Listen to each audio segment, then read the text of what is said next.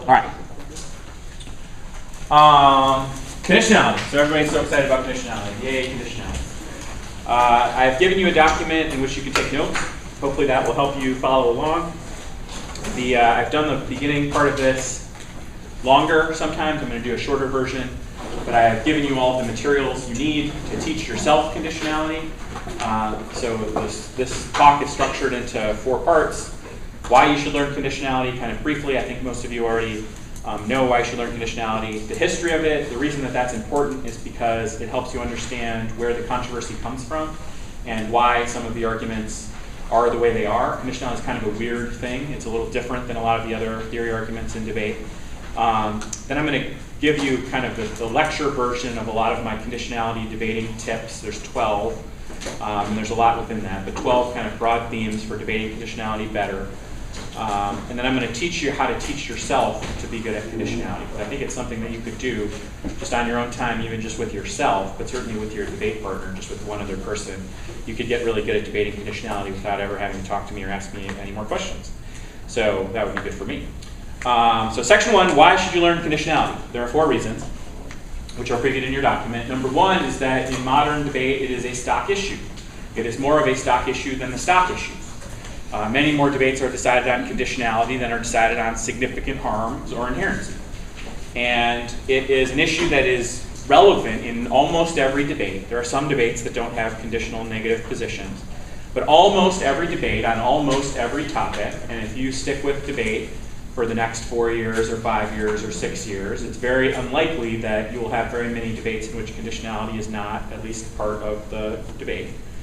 And once you have mastered it, you can move on to other things. But if you've got a gap in your knowledge of debate where it's like, I can't go for conditionality, I'm afraid to answer conditionality, conditionality debates cause me great anxiety, conditionality debates sometimes cause me needless, unexpected, disappointing losses, then it's always going to be there and it's always going to be a problem. So you've got to just address it and learn it. Second is it's a potential path to victory.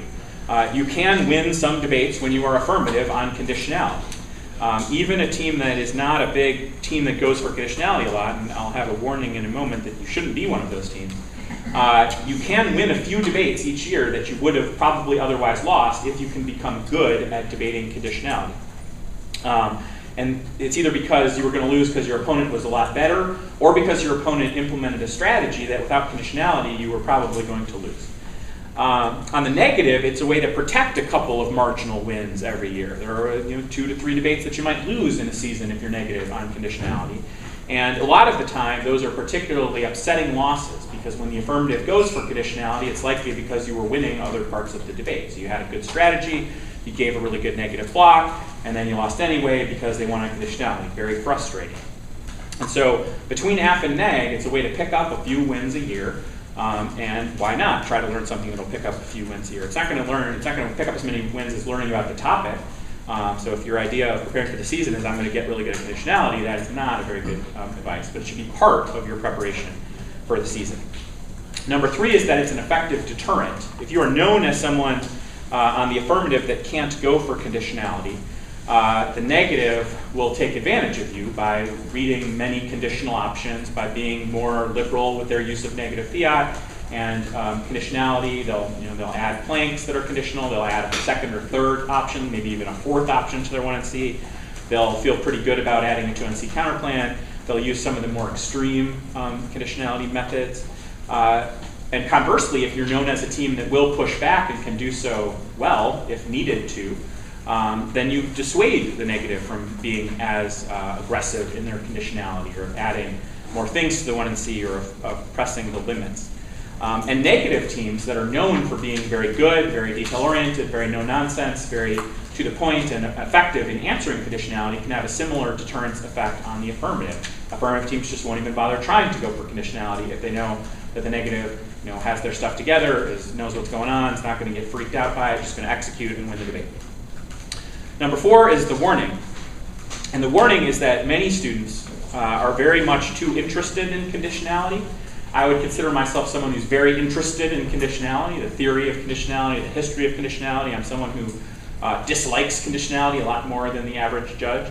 But I do not like really judging conditionality debates, and I certainly don't think that students who like specialize in conditionality are at all impressive. I think it is in fact highly unimpressive because it's almost always used as an excuse not to learn something about the world. So instead of learning about the topic or writing a good affirmative and taking the time to prepare responses to negative arguments, it's like, I'll just read a terrible app, I'll just throw around a bunch of garbage in the debate and distract them, and then we'll just go for conditionality. We'll script the 1 hour in advance, we'll script the 2 hour in advance, and then we'll prosper. It's like, in some spots, that makes sense, being able to go for conditionality. I'm not saying you shouldn't be able to, you should be able to, but the idea of the conditionality hack or the conditionality specialist is silly. And so if that's what you're seeking me to tell you how to do, that is not what I'm going to tell you how to do. Roman numeral 2, a brief history of conditionality. So Casey talked a little bit about this, and I've talked a little bit about this in lab.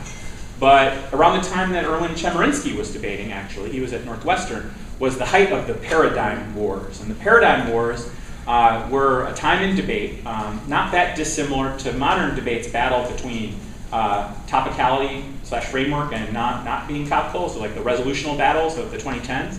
But in the 1970s, the big debate was between hypothesis testing and policy making.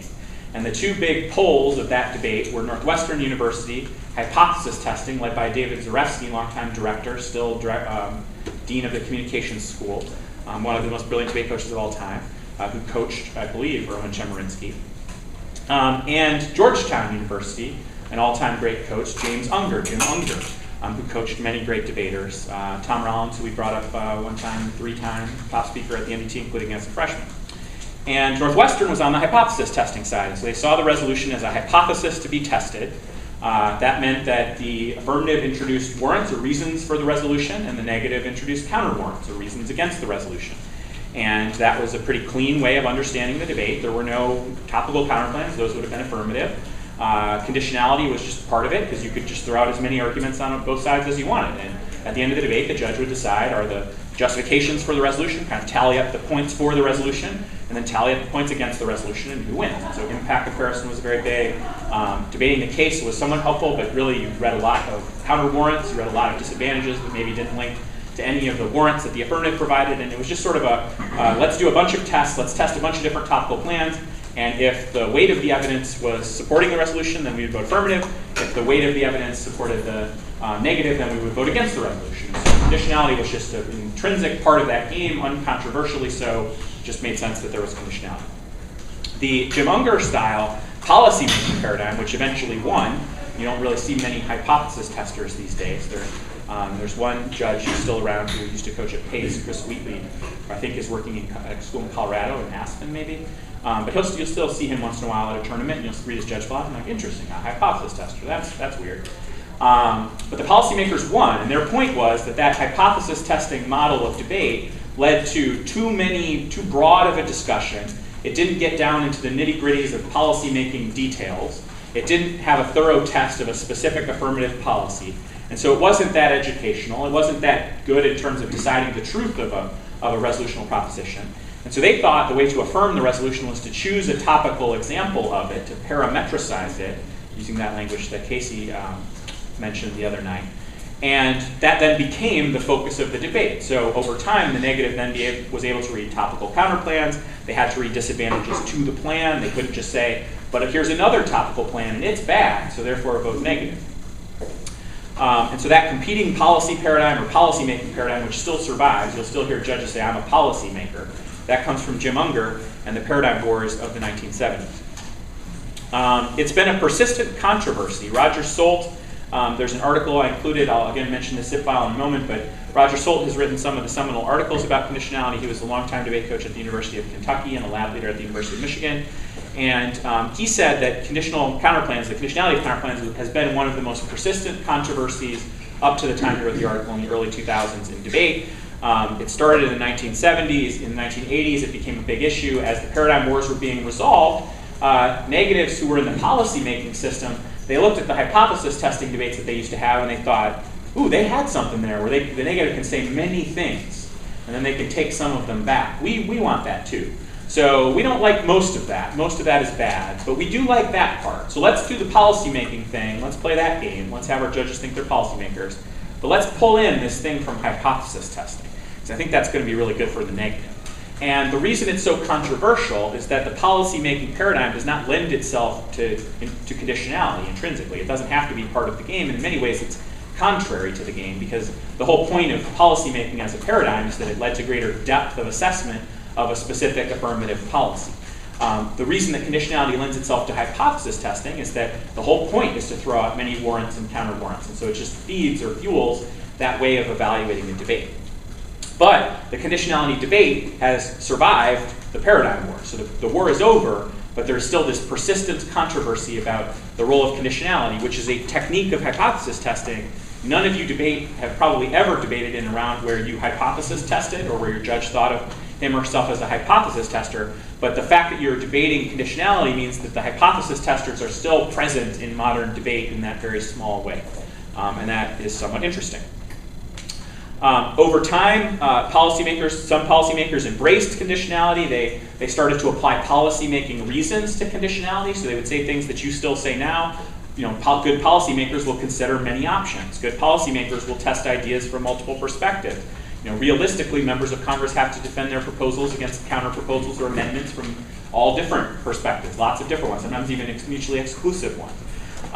And so policymaking as a paradigm over time has kind of somewhat embraced conditionality, but hesitantly so, and that's why this controversy continues. So since about 2000, debates about conditionality have definitely ebbed and flowed. There was a time when, in the early 2000s, conditionality bad was very winnable. Negatives rarely read conditional counterplans. They almost always read dispositional or unconditional counterplans. It was unheard of to read two. You would only have one. Over time, that changed. The final round of the 2006 NDT had two conditional counterplans, and that was a big deal. I can remember the first time I started to see or hear about the college debaters and their two conditional counterplans, and I was like, wow, that's ridiculous. How can you have two counterplans that are conditional? I was hesitant about whether you could even have one that's conditional, and then 2006, we had two. 2009, there were 4 and a critique and 11 total off-case positions, and that's kind of when the tide started to turn a bit. That was the extreme fear that people had, reasonably, about unlimited negative conditionality, but this is going to produce really bad debates. It's going to produce debates where there are lots and lots of options thrown out there, and then eventually the negative goes for one, but like the debate was terrible, it didn't get in depth on anything, and it's not very fun for the affirmative. Even if the affirmative copes, it's just a bad debate. The early 2010s, kind of after that, there was a bit of a resurgence in conditionality bad. I started teaching students conditionality bad around that time. Jared Atchison wrote an article around that time, which is also in your zip file, and started teaching students at the University of Michigan to go for conditionality. And so over the last few years, it's kind of quieted down a bit because we sort of put the brakes on extreme conditionality. So I still see it sometimes, and I'm sure some of you have still been in debates where there are 4 counterplans, or 3 counterplans and a critique, or 2 of each, or something like that. But it's much rarer than it would have been 4 or 5 years ago when it was at its height. There are still debates about conditionality, but I don't think last year there were nearly as many as there would have been 3 years ago. About 3 to 4 years ago is when it was really at its peak. And so it's constantly evolving. It will continue to evolve. I don't know what will happen going forward. And the other variable that is new is the role of conditionality in debates about critiques or about planless affirmatives. And so that has created a whole new controversy area. All right, Roman numeral 3. Here's where the good stuff is. Mastering conditionality debates. So my first suggestion, or my first rule, or norm, or whatever, is that you have to realistically assess the larger context. And by that, I mean your judge, your opponent, and the trajectory of the debate. So some judges feel very strongly about conditionality. I'm sure you've noticed that. For some people, weirdly, whether conditionality is good or not becomes part of their identity, which I think is quite unhealthy. And I think that I wish that I could convince those people to just kind of lay off a little bit. But you'll notice that. I mean, even some MSU people, conditionality is sort of like a religion. And so with Strauss, even the suggestion that there could be any constraint on conditionality makes him almost angry as a human. It offends him. And I don't like that, because somewhat he's playing a character. But it shouldn't be an identity issue for you. It's just a norm in debate, and so I have strong feelings about it, but I'm not offended when the negative says that conditionality is good, or I'm not offended when the negative reads a bunch of counterplans. Sometimes I'll just think, that wasn't very good for debate, or I didn't think that was fair to the affirmative. But some judges really do feel strongly about it, both ways. There are some judges, although fewer, who kind of view conditionality bad as part of their image. And I think there were probably times, maybe in 2009, 2010, 2011, where I was pushing the boundaries of that. I think I've matured a little bit since then. But in the same way that some judges and some debaters feel so strongly that like whether topicality is a rule or framework is a rule or whatever or not, like it's so important to them, you'll find that judges have similar opinions about conditionality. And so depending on your judge, you just need to adapt and deal with it. You're not going to convince a judge who feels super strongly about conditionality one way or the other. If they really love conditionality, you're not going to win conditionality bad. If they really hate conditionality, you're not going to convince them that you should be able to have 4 or whatever. It's not realistic. So be realistic about your context. Your opponent's tendency. Some debate teams, the 2-person debate teams or even debate squads, are real good at conditionality or kind of specialize in conditionality. They're looking to win a debate on conditionality. A lot of times it's like kind of changes year to year. It's usually just like some 2-person pair gets really into conditionality. A lot of times it's people from a school that doesn't have a big program, or like they're the only kids from their school, and they're just like, the way we're going to beat the big schools is we're going to win conditionality. Other schools are really scared of conditionality or kind of known to be bad at it. They're reading blocks from 2003 and they haven't kind of caught up with the last 5 years of innovation in conditionality arguments. Students like will say, I'm so afraid of conditionality, oh my God, I'm going to go for conditionality. Some individual pairs will be very worried. They just, they lost to it sometime or something. So who your opponent is also plays a role in the context. And then how likely you are to win the debate plays a huge role both ways. So when you're affirmative, the less chance you have of winning the debate just without conditionality on the normal argument, the greater the role, the potential role of conditionality in the debate. And vice versa, when you're negative, the better chance you have of winning the debate on your regular arguments, your substantive arguments, your strategy, the greater chance the affirmative will be convinced, will convince themselves to go for conditionality. And so you have to react accordingly on both sides. There are a few things that, knowing your context, the negative might consider. The negative might consider adding a conditionality good argument to the 1NC. This is something that was more popular even just a few years ago. I haven't seen it happen in a while, but starting that debate a bit early kind of creates a burden of rejoinder for the 2AC. It communicates to the judge that you're taking this seriously. It oftentimes messes with the affirmative a little bit. They're dissuaded. In the 2NC and 1NR, the negative has to decide which speech to cover it in. And there are a lot of different variables that go at play there. Usually the 2NC should do it because it doesn't take very much prep time, if any prep time. The 2NC has more time. You don't want your scarce 1NR resources going to reading theory blocks. But in certain matchups, you want to move it into the 1NR because you want to limit the prep time of the 1AR. So if you're debating a team where you're pretty sure you're going to win and you're very confident that they're going to go for conditionality, you go ahead and move it back into the 1NR. Add an argument to the 1NC, move it back and move the conditionality and negative block back into the 1NR. That way you can't get cross-X. That way they have less prep time. Just kind of be thinking about that. You can cross-examine about it. That freaks affirmative teams out when you ask questions about conditionality, the 2AC arguments. It forces them to explain them. It shows that you're taking the argument seriously. You shouldn't do it often, but once in a while. And in your 2NR, you got to think about the order. Some people put conditionality first and then they explain their offense. I'm a fan of going for your strategy and then answering conditionality. But again, case by case, you're going to have different variables go into that. But they all stem from the context. There's no universal rule of conditionality. If I'm debating a very conditionality-prone team in front of John Boss, I have a very different approach to conditionality than if I'm debating a team that I don't think is going to go for conditionality in front of Jeremy Hammond or in front of even Tyler Third, who's on the same coaching staff as John Boss. And when you're negative and you know the affirmative is a conditionality team, limit your conditional options. It baffles me how these teams that specialize in conditionality are able to win so many debates. It seems like the negative just can't allow themselves to take out the conditional stuff. It's hard to win conditionality bad if it's just one conditional counterplan or whatever. And it's impossible to win if there are no conditional options. And I've seen matchups where an affirmative was definitely going to lose to a superior negative team. Their only hope was conditionality, and the negative threw in a counterplan and a critique, or they threw in 2 counterplans. And I just don't know why you would leave yourself vulnerable to that if you think that you can very much and very certainly win the debate without it. So think about that. As an affirmative, you can also think about cross-examining about conditionality. That freaks negative teams out. Sometimes I would encourage students to do that against teams that are particularly gun-shy about conditionality. Maybe they've recently dropped conditionality and they're feeling very weird about it. If you just throw in one question about conditionality in the 2NC cross-X, you can just watch the second negative freak out.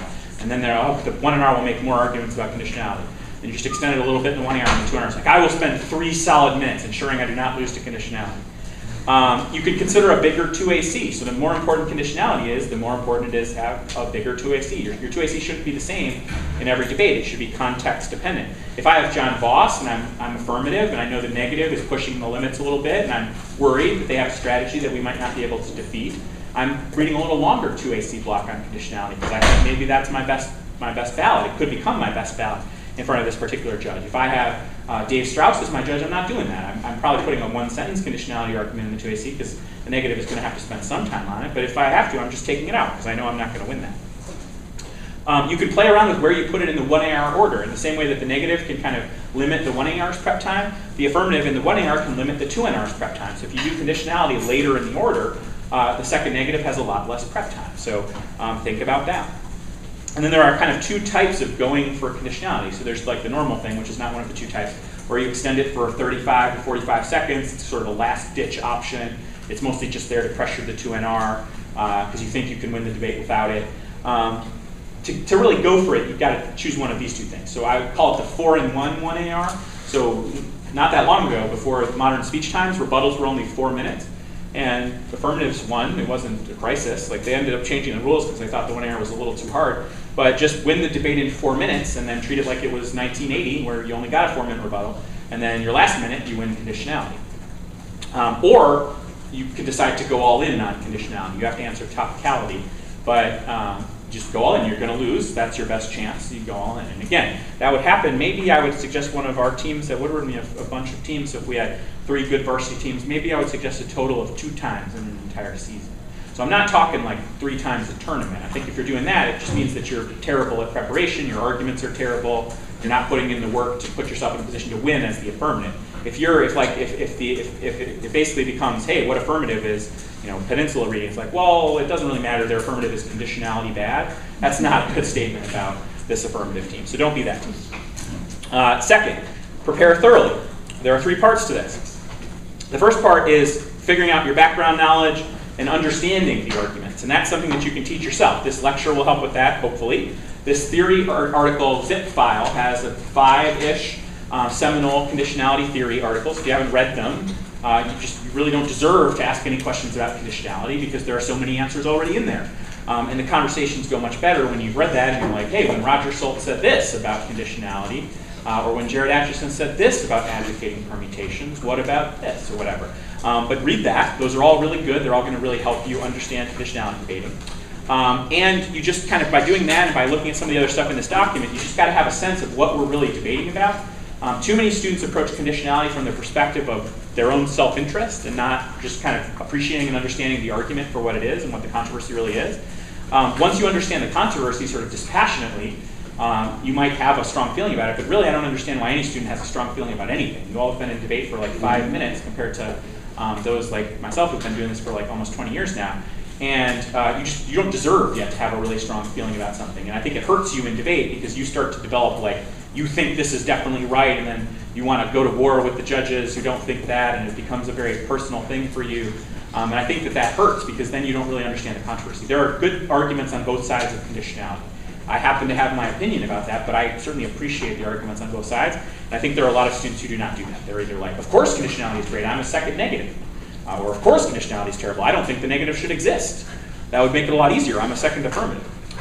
The second part of this is crafting winning materials, which I'm going to talk about, but the basic blueprint is you've got to write and rewrite blocks with the goal of winning, not just with the goal of having blocks. You've got to have specific blocks. I'm going to talk more about that. Carly gave that example, and I've used this in my lecture before, but in the very early 2000s, when I first started coaching, it was common for the 2AC, and this was in the days of paper, so you'd have your accordion, you would have a block that at the top said answer to critiques. And it would be like a perm and a coalitions card and like a pragmatism card and like a theory argument about how they had to have a text to their alternative or whatever. But just any critique. So if it was Foucault, if it was capitalism, if it was Hart and Negri, if it was, I don't remember what the other popular case, psychoanalysis, you had an answer to K block. And it baffles me to this day that so many students just have answer to conditionality. Like what arguments are you advancing? What arguments are they advancing? How can you just have one block to conditionality? I don't understand. You wouldn't have one block to critiques or one block to counterplans or one block to topicality. That's the most apt comparison. And so you shouldn't have just one for conditionality. I put lower in the document a list of different versions plus different blocks that you can write, so you can draw upon that as you're preparing for conditionality.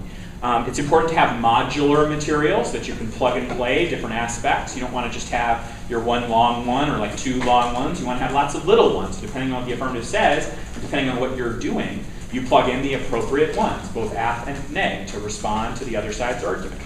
Just like anything else. It's just weird that people think that conditionality wouldn't be like that. And you can scout other teams. That's one thing that I've done in the past, especially in the era where we were really trying to push back on conditionality. A lot of teams just read the same block every time. So if we get it in advance, we can block it all out, prep the 1AR, prep the 2AR. We know how the debate's going, and we're going to win because the negative just reads the same thing every time. And then the third part of preparation is you have to prepare to execute. So you have to give practice speeches.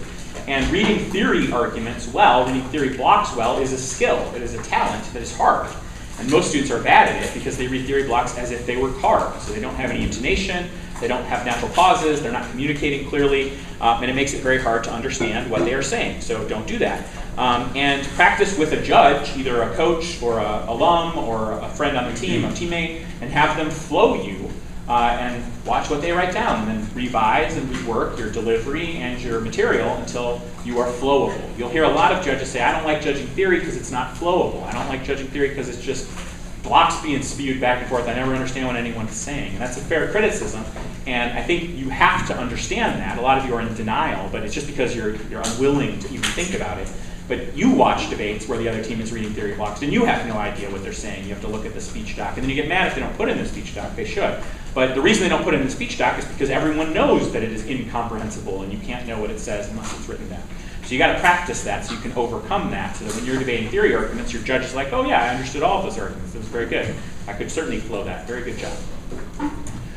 Point number 3, craft provable arguments. This is one of my big things. Many, if not most, conditionality arguments are, to use the language that everyone says in debate, arbitrary and self-serving on both sides. And that's because they are fundamentally unprovable. They are claims that are supported by other claims, and there's really no grounding or evidence or data to support any of it. And proof is hard in theory debates because we don't have a lot of hard data, and both sides are trying to make self-serving arguments to privilege their position. A lot of judges don't like judging these debates for that reason, because it's like, how do you resolve these things? Even a basic question like, who has a strategic advantage in the debate, the affirmative or the negative, based on structural factors? We don't have any evidence to prove that. People throw around all of this stuff without any proof. It's fascinating. People are like, oh, well, AF teams win a ton of elims. Oh, no, neg teams win all the competitive elims between close seeds. And there's very little data about that. Most of the people that say that, well, I heard that from someone, or in my experience, I've noticed that. And we wouldn't accept that level of proof in any other context. It's just because it's about debate, we're like, oh, I guess we could just say that, and then it must be true. There have been limited attempts to quantify data like that, but we really don't have AF-neg bias or a good assessment of how many arguments are in a typical 1NC, what the AF's winning percentage is in competitive debates. Like, just, we don't have data, and so there's no data to fall back on. So examples, other than AF-neg bias, AF-neg can never win. Arguments about breadth versus depth, those almost never have any data. The AF can't win if the negative does something. That's almost always false. Like the affirmative can win if the negative does anything. There's at least in some percentage of debates. The negative won't be able to predict the AF's responses. The AF won't be able to prepare and make their best arguments. There's a time skew that the affirmative just can't cover. Like all of those things, they're just made up.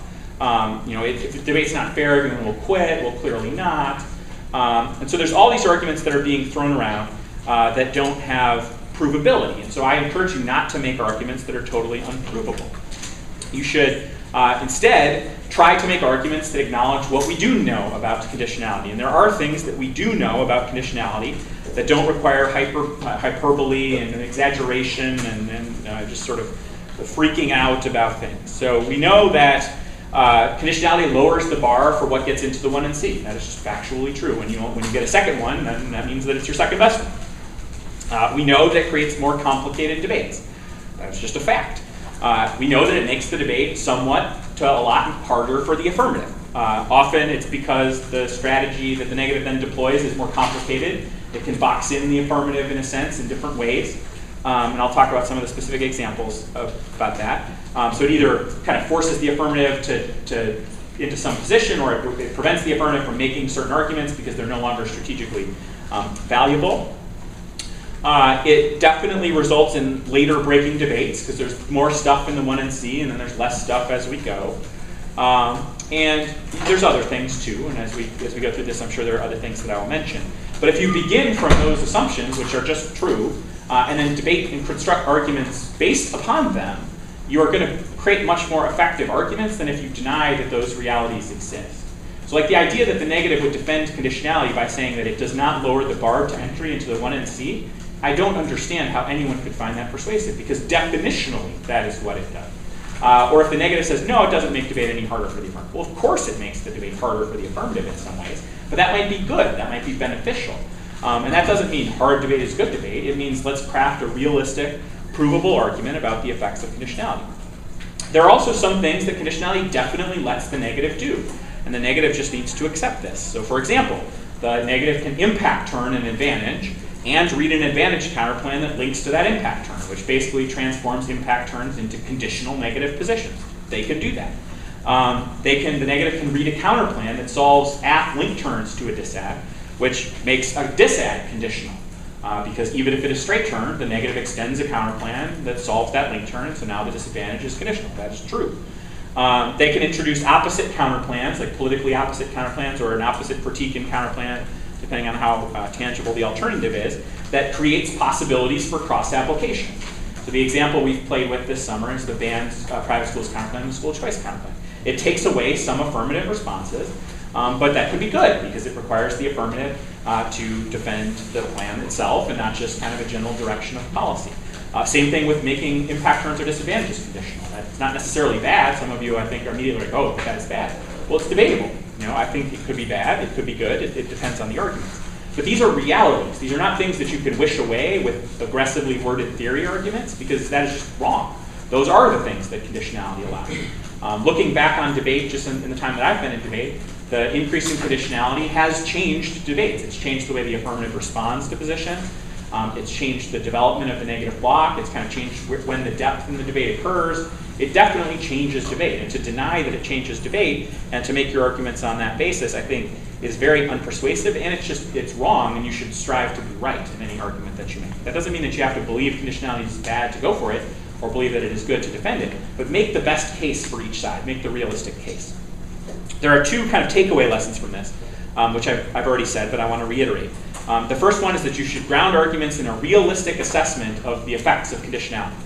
And that includes the incentives and the things that conditionality does to transform debates. We can know that to some extent. The idea that we can't know that belies how short of a time, honestly, that you all have been in debate. But anyone who has been in debate a bit longer could describe for you how much debates are different. And we even have, in this day, in 2017, I can go back all the way to about 2003, 2004, and get a lot of videos and audio recordings. And there are some video and audio recordings even going back into the 1990s and the late 1980s. And so we can look at debates from that era without conditionality, and then debates from our era or from a few years ago with rampant conditionality, and we can compare. And that's like a thing that we could actually do. And then the second thing is that you should ground your arguments about conditionality in outside scholarship. You should try to draw upon facts in the world and analogies to other contexts to make your arguments better. I always think that arguments that debaters make in debates are better when they're supported by some backing evidence from an expert. And I don't mean just reading cards from debate coaches, like Voss has an article about conditionality. I don't mean like read a John Voss card about conditionality. I mean, look at all of this evidence that I've included at the bottom that I kind of add to every year. I don't think I've added anything this year. I added a few last year if you didn't take a close look. But there's just lots of things in the world that we can draw upon when we're designing our game, when we're thinking about what the rules of our game should be. Should there be conditionality? Should there not be conditionality? And so you don't have to read those cards in the debate necessarily, although sometimes I think it is effective. We've done that some years, and other years we haven't.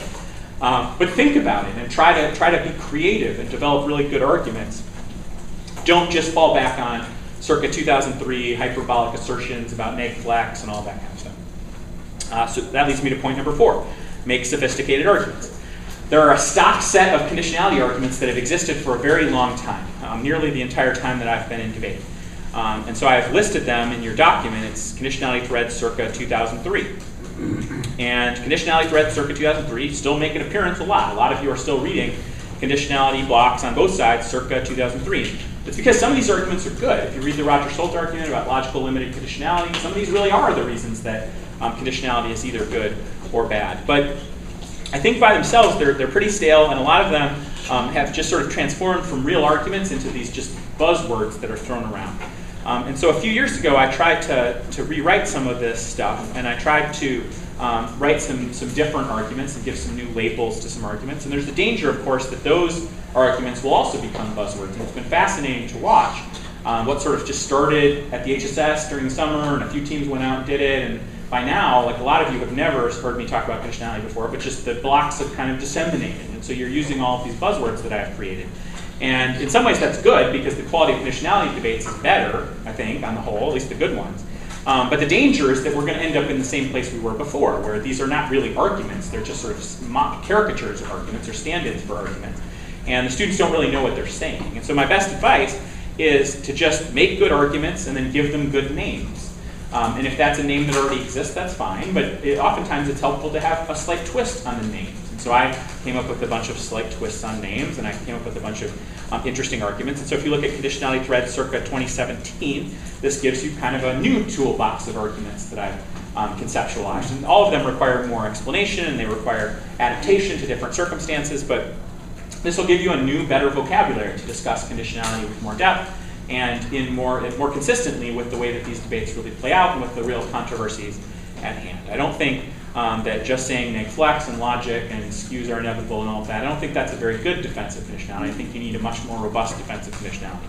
I don't just think saying time and strat skew, argumentative irresponsibility is a very good affirmative approach. I don't think those are very good arguments, and I think that there are a lot of other good arguments that you could advance, and you'll find those there. Number 5, distinguish between fairness and debate quality arguments. So there's kind of two types of arguments about conditionality. There's two major objections to it. Let's start with that. The first objection is the most obvious one to the second affirmatives in the room. It's not fair for the ask. There are a lot of arguments that relate to that, but ultimately you're just saying, from the ask perspective, this is not fair. The second set of arguments against conditionality, the second critique of conditionality, is that it ruins debates. It's not necessarily that the ask can't compete, the ask can compete, but the things that they do in response to conditionality, the tactics that they adopt to counter conditionality, are very bad for the quality of debates. They go really fast, they read lots of really short add-ons. We talked about the 6-second add-on that Lena had practiced last year. They go for a lot of theory arguments. There's a lot of theory in the debates. The 1AR is rebranded as a constructive. It's the 3AC. Debates become very late-breaking. And there have been some teams who've succeeded in an era of a lot of conditionality on the affirmative. The most notable one that comes to mind for me, I don't know if you've ever watched them debate or how many videos there are online, but Northwestern University, there was a team of 2 students from Glenbrook North, Matt Fisher and Stephanie Spies, were an incredible affirmative team. And Stephanie Spies is one of the greatest debaters of my time in debate. Interestingly, her first ever tournament was the Marquette tournament that I was hosting at the time, so that's kind of cool. But I love Stephanie. We worked together a couple of summers. She was great at the second affirmative. But honestly, a debate with Stephanie Spies in the second affirmative wasn't a very good debate because it was so big. And in order to cover, the negative then went super fast and was super blippy. And then the 1AR was a 3AC. And then the 2NR had to be super fast. And then she was super fast in the 2AR. It was brilliant in its way, and it succeeded in that era. But is that really what we want debate to look like? And so that's the second kind of critique of conditionality.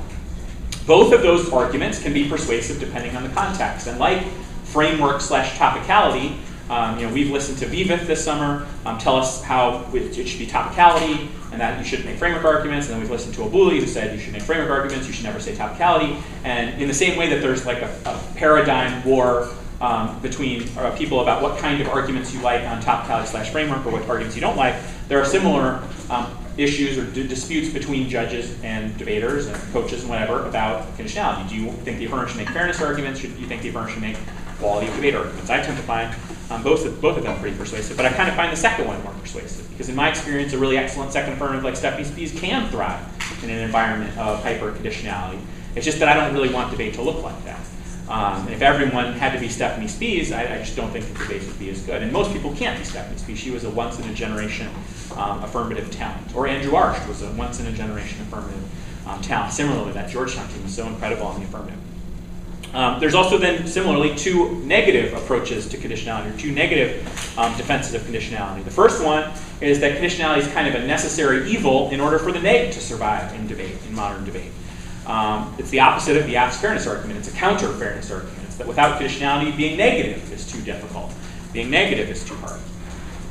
And the second argument is that it's beneficial for debate. And the most common argument there is that it gets the debate to an additional level of complexity. It gets another argument or a couple more arguments into the debate. It creates more incentives for people to research secondary and tertiary strategies. And so it actually makes debates better, which again is the opposite of the claim that the affirmative makes about ruining debates. And you have to think about both of those objections. And just like topicality, where there can be limits arguments and ground arguments, or framework/topicality, where there can be predictability and fairness and debatability arguments, as well as policy-making good arguments or whatever. Often they are both involved in the same debates. Maybe the affirmative is emphasizing fairness, the negative is emphasizing quality of debate. Maybe the affirmative is emphasizing quality of debate, the negative is emphasizing negative fairness. Maybe both sides are making arguments of both genres. And understanding that, I think, helps you debate conditionality a lot better. Number 6, you should debate specific interpretations. I've provided you in this document a list of interpretations that are in sequential order from sort of one side to the other side of the negative flexibility, or whatever, however you want to say it, of the spectrum, I guess is the word I'm looking for. That's what I called it, isn't it? The spectrum of interpretation. So on the one extreme, we've got classic unconstrained conditionality. That's the kind of anything goes. The negative can read as many conditional strategies as they want. All the way to the opposite side, unconditionality, the negative can't read anything conditional, and there's a lot of steps in between. Everyone always has questions about dispositionality. I've written a long explanation of conditionality that you can consult on your own time.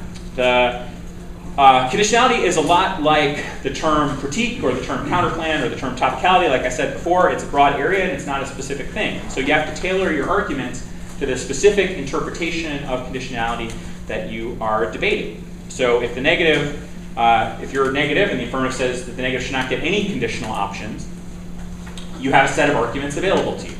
If the affirmative instead says you only get one conditional option, well then you have a slightly different set of arguments available to you. Against the first one, you don't get any conditional things. The argument that that's not logical, the judge should never be forced to vote to choose between a bad plan and a bad counterplan when a good status quo is logically available, is a good argument. When the affirmative's interpretation is that the negative gets one conditional counterplan, that argument no longer makes sense because the affirmative's interpretation is allowing the negative to have that one counterplan. This is an area where many people, again, get really mad, and I think mad out of proportion to it. You'll hear a lot of people whose blood boils about, oh, these interpretations are all arbitrary. They're so arbitrary. And you can almost see the person's blood pressure rising. And I've never allowed my blood pressure to rise as a result of counter-interpretations on theory. I'm sure I have, but I would hope that in the future I would not, as a more mature person. And I agree with this critique of conditionality or any theory interpretation. Like, yes, you are right. But increasing your blood pressure and getting upset about it is not going to work. Over the last half decade, it's a losing battle, or even the last decade. You can still say this, certainly, and sometimes certain judges will be persuaded. You shouldn't be able to have a counter-interpretation. It's either all of conditionality or none of conditionality. But that's not how it typically plays out. And at least with some of these interpretations, there are somewhat logical defenses of them. They're not arbitrary in the absolute sense. And it's also not clear why arbitrary is such a bad thing. And so you are welcome to have a passionate, very passionate, kind of deep-seated hostility to the idea of theory interpretations. And honestly, I don't really disagree with you. But in reality, being pragmatic, that is not a view that is shared by everyone. And so if you go into conditionality debates with that very heated, very visceral position that is unchangeable, you're going to lose some debates that you shouldn't otherwise lose. So you need to just deal with the reality that some judges are fine with or even encourage conditionality counter-interpretations, and then just think beyond it. So the reason that a lot of theory interpretations aren't very good is because they don't solve unique offense. The offense links to them, they don't make a meaningful distinction. So the classic is the negative reads 3 counterplans, and the affirmative is like, conditionality is bad, you can have 2 conditional counterplans. It's like, well, okay, but what's the big deal about the third one? If you can't draw a distinction, then that interpretation really is arbitrary.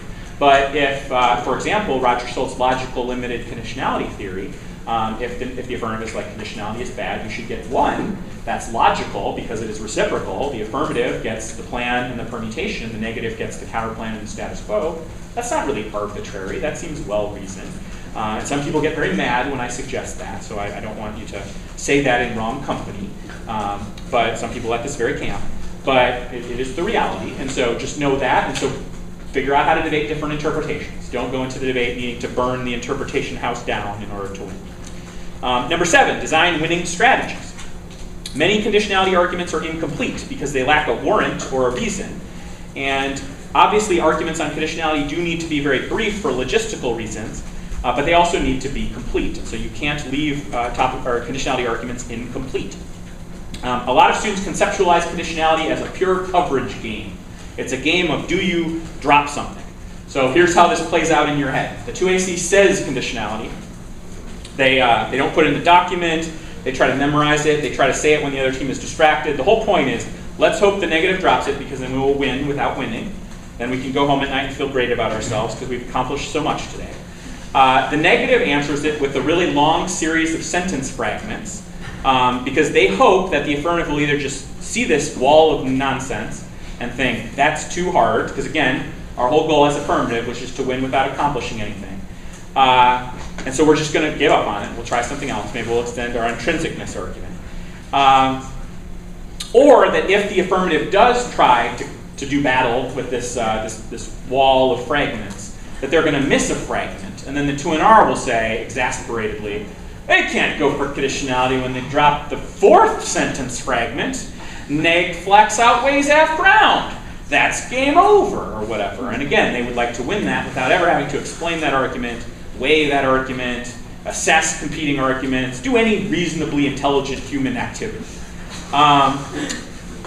And if that doesn't happen and the affirmative decides to extend conditionality, well, what they want to do next is in the 1AR, they want to read their 30 to 35 second pre-scripted block, which doesn't ever change, as quickly as possible with as many buzzwords as possible. And it will already include in its wording assertions about all the things that the negative dropped. Remembering, though, that the 2AC was just a couple of sentence fragments. But somehow, many, many things were dropped.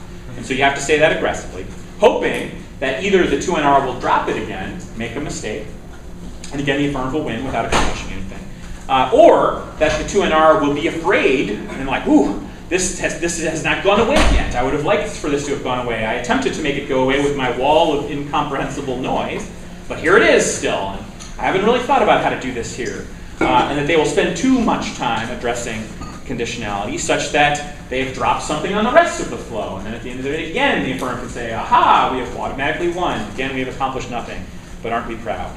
That is such a bad way to think about debate, and it is a bad way to think about conditionality. It is why judges hate judging conditionality, because most of their interactions with conditionality are like this. They're just these kind of obnoxious coverage games, competing accusations of droppery and shenanigans, and it's terrible.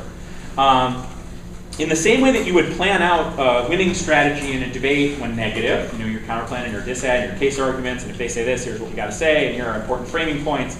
Or when you're affirmative, you've got to respond to that. Here's our solvency deficit, here's our fallback solvency deficit, here's our best answer to the disad. If this plays out this way, we're going to go for this. Here's the important comparisons. Here's some stuff we need to cross-check about to set that up. You got to think about the same thing with conditionality. So you got to think through the debate in advance. You got to carefully craft your arguments, and you have to distinguish between conditionality as a last-ditch effort of the affirmative, kind of a fallback option, and conditionality as a real strategy to win the debate. The negative always needs to beat the multiple debates argument, which I have typed out in a lot of depth in here. So as you're starting the process of teaching yourself conditionality, that's definitely something to read. I included a note here to remind you. And then another important thing that you have to do is you have to distinguish between conditionality in policy debates, or like plan debates, and conditionality in critique or non-policy or non-plan or whatever you want to call it, non-traditional debates, because it's very different. And that's the most recent evolution of all of this stuff. You should have a different set of arguments that defends conditionality in debates that don't involve a plan. So if you read a couple of critiques along with your topicality argument, or even if you just read topicality/framework when negative, you need to be able to prepare to defend that topicality/framework was conditional, which is a strange thing. In a debate against a plan, the affirmative is never like, it's wrong for topicality to be conditional. That's like a reverse voting issue. That's not something that has been popular for many decades. Like you should lose for introducing Topicality. But in critique or non-plan debates, that's a very common stock argument now. So it's conditional whiteness, or it's conditional ethics, or it's conditional whatever, to have introduced an argument and then taken it back. So you need to have a set of conditionality blocks that respond to that version of conditionality. It's a lot different than the version that a team reading a plan would be saying if you've read 2 counterplans or a counterplan in a critique or whatever. So you have to have a winning strategy in those debates that looks a lot different than your winning strategy in a debate involving counterplans and disadvantages and stuff like that. Number 8, clearly explain your arguments. This should be, this is true of every argument, so I'm just saying it here because it's always true, but it's especially true in conditionality debates because they are so fast, like I've said, and they're very hard to flow. There's not very much content, there's a lot of shallowness, there's a lot of assertions, and so the best way to work on this is to write a lot of blocks, but not to necessarily depend on those blocks in debates. The process of writing the blocks and rewriting the blocks and practicing reading the blocks trains you to get better at all of that and to make better arguments and to be able to say those arguments more clearly.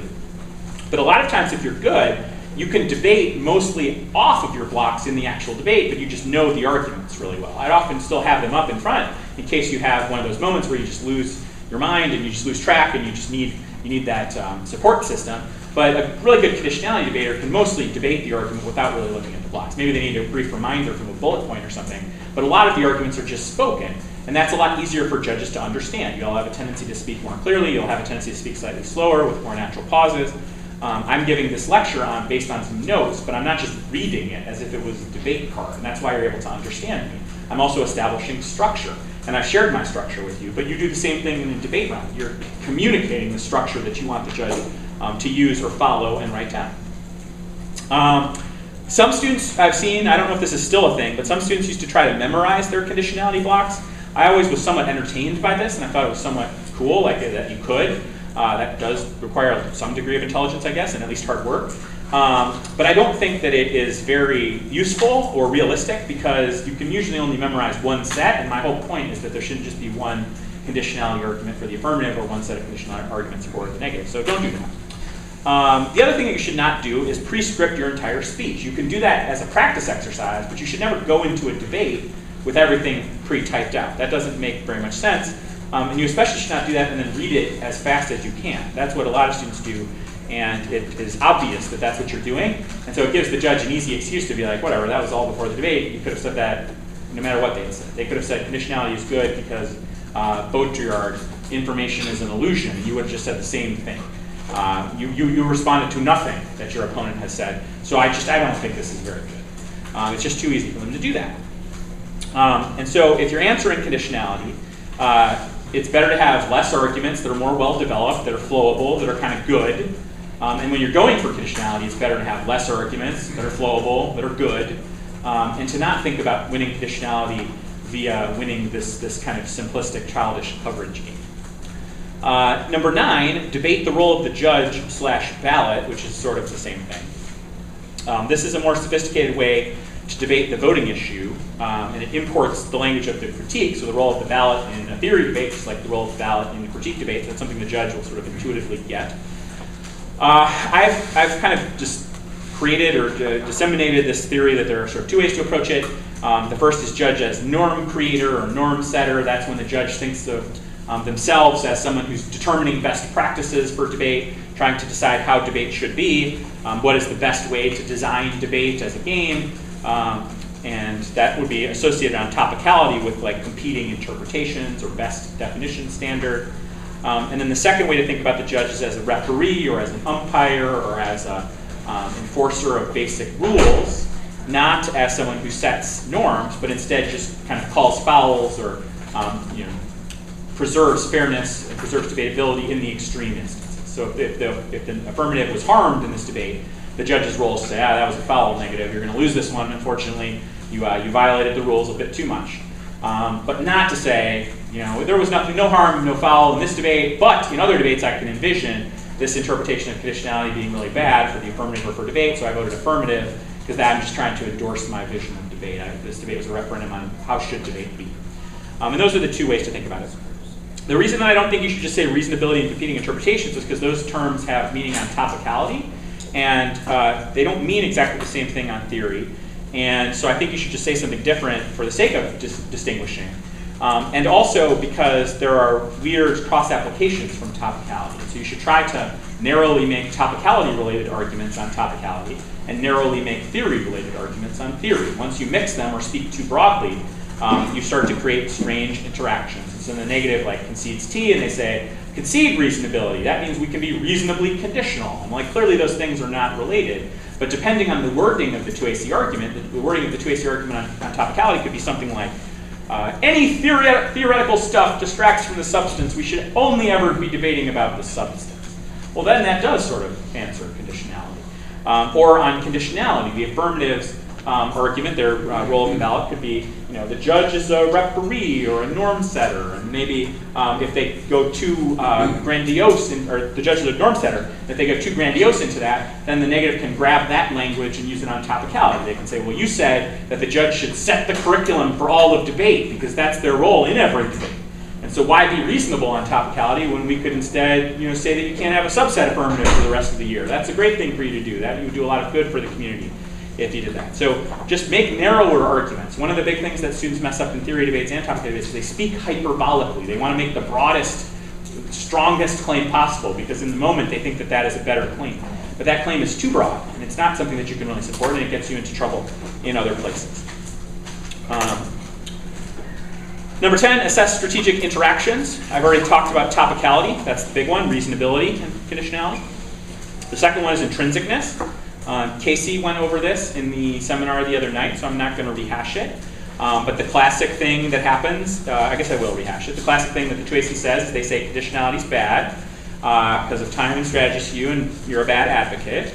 And then the 2AC also says the DA is not intrinsic, because you've got to have a good policy, the best policy option.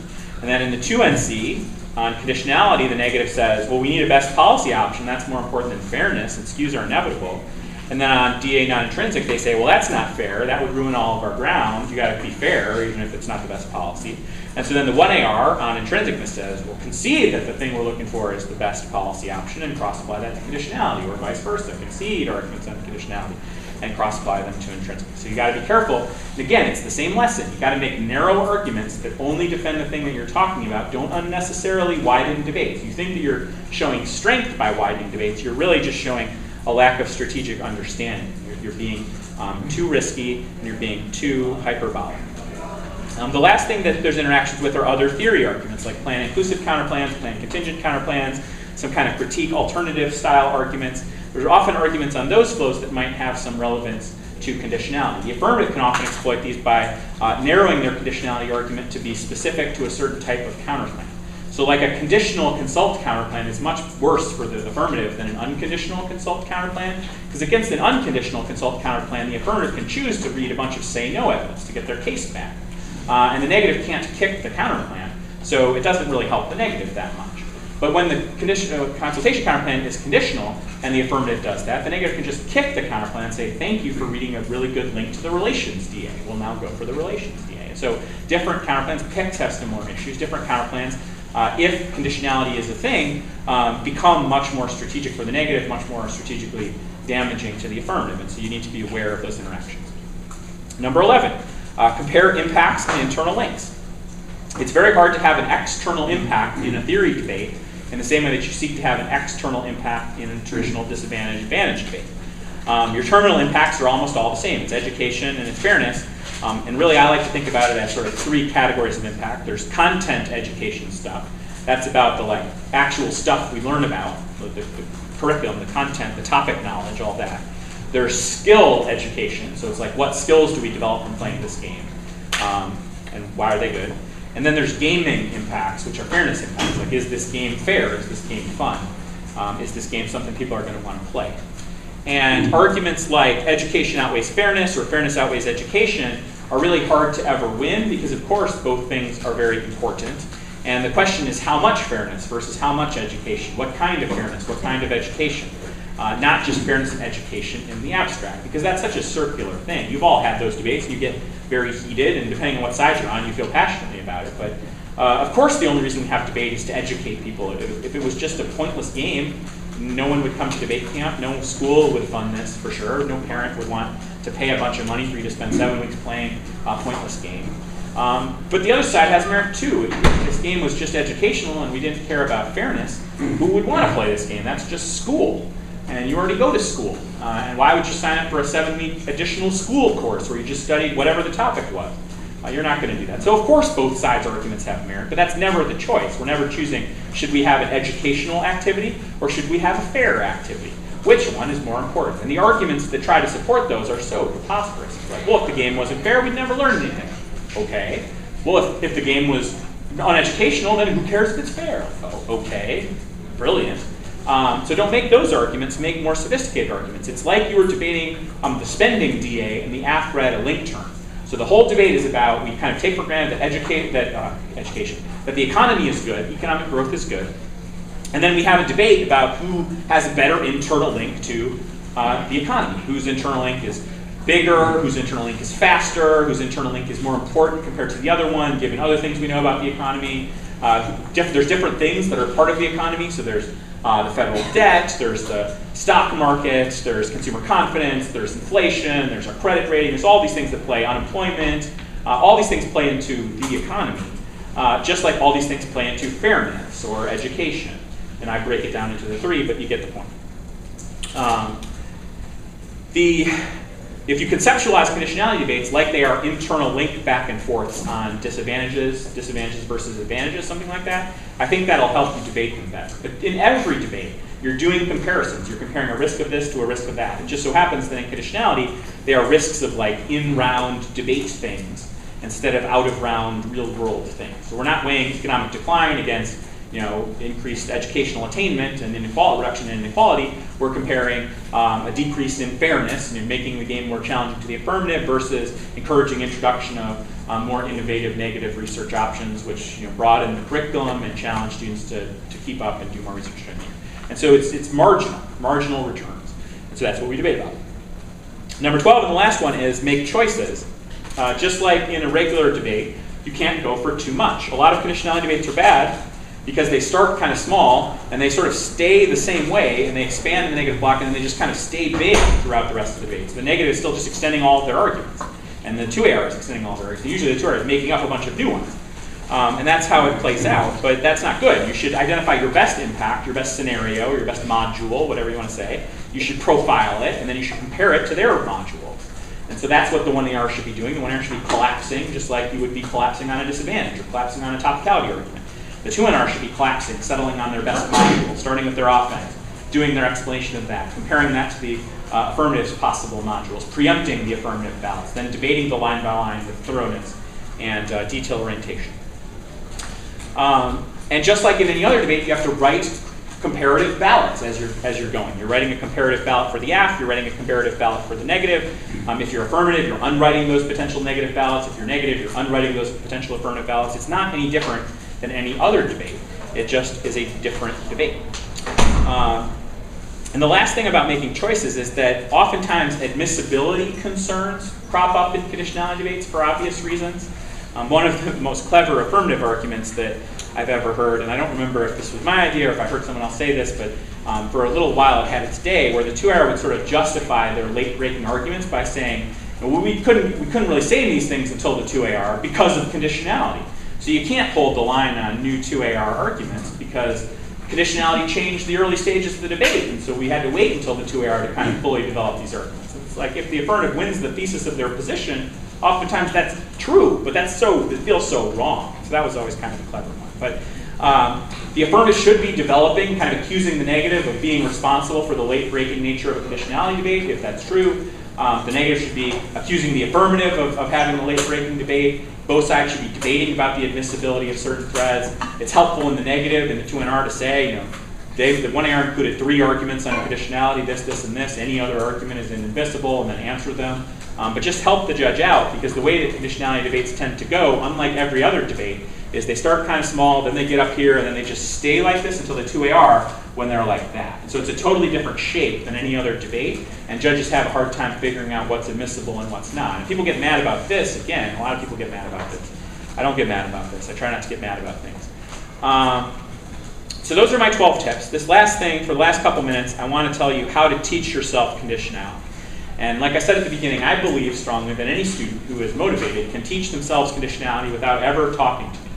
And that's not that I won't talk to you, but so many students seem to think that like they need Batterman to explain conditionality to them, or they need Jared Atchison to explain conditionality to them, or whatever. And I don't understand that, because there are so many materials available for you to teach yourself conditionality, and it's not hard. Unlike learning about education policy or learning about US foreign policy toward China, I learned so many super complicated things about school choice this summer. I learned so much about like the Chinese political system last year. That stuff is hard. Conditionality is not hard. You already know about debate. It's a limited set of arguments. There's like 5 articles that if you read them, you kind of get everything. If you look at this document, I've probably spent a combined 12 hours on this document. It's got everything you need. I'm being very serious when I say that every student could teach themselves conditionality if they wanted to.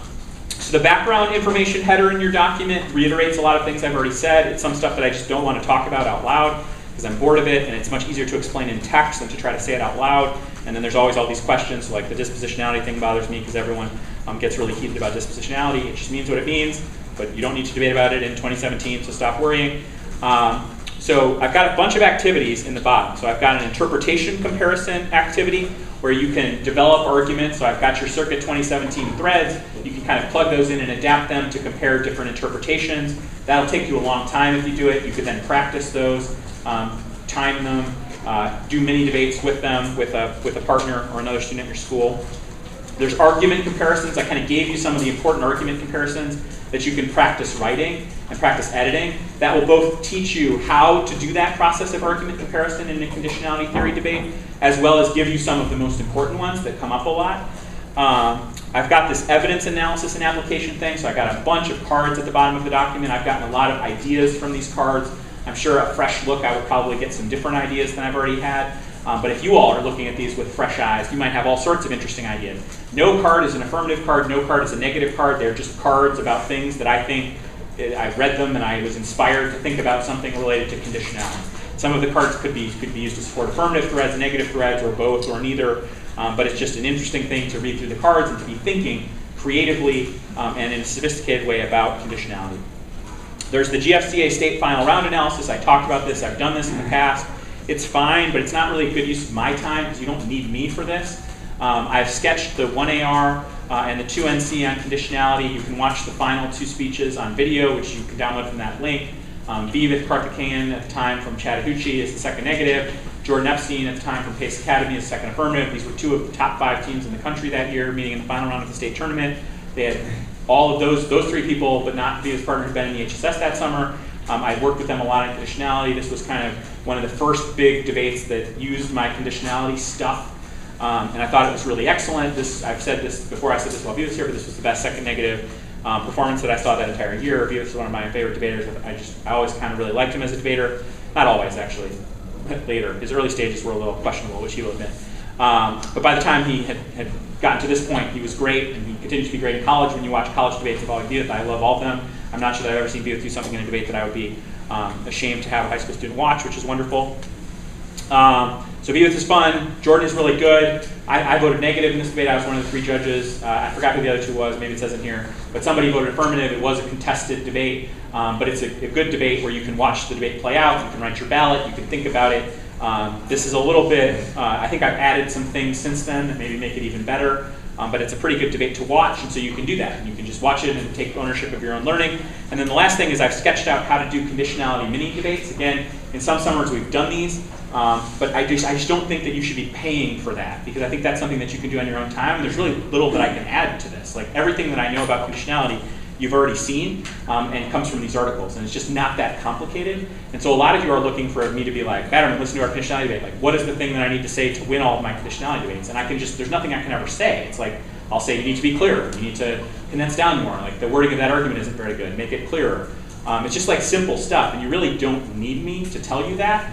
I think that it's much better to do that on your own time and use me for the stuff that you're not going to get on your own. So use me for learning about the topic. Use me for learning about high-level stuff, not conditionality, because it might seem high-level to you, but it's really relatively insignificant in the grand scheme of things. And certainly, we get to talk to Dean Erwin Chemerinsky in a few minutes here, and that is way more valuable than having a conditionality thing. And I know that a lot of you are like into it for whatever reason. It's like a cultural thing. But if that is you, be hesitant. You should be way more excited to talk to Dean Chemerinsky than to hear me talk about conditionality. But also, you can teach yourself conditionality. That's one of the great things about conditionality. I taught myself conditionality. Many students who have gone for conditionality have taught themselves conditionality. And with all of these tools, it's not even particularly hard. So that's my spiel about conditionality. I'm going to turn off the camera. Don't clap. And then we have a few minutes for me to answer your questions, which I am happy to do.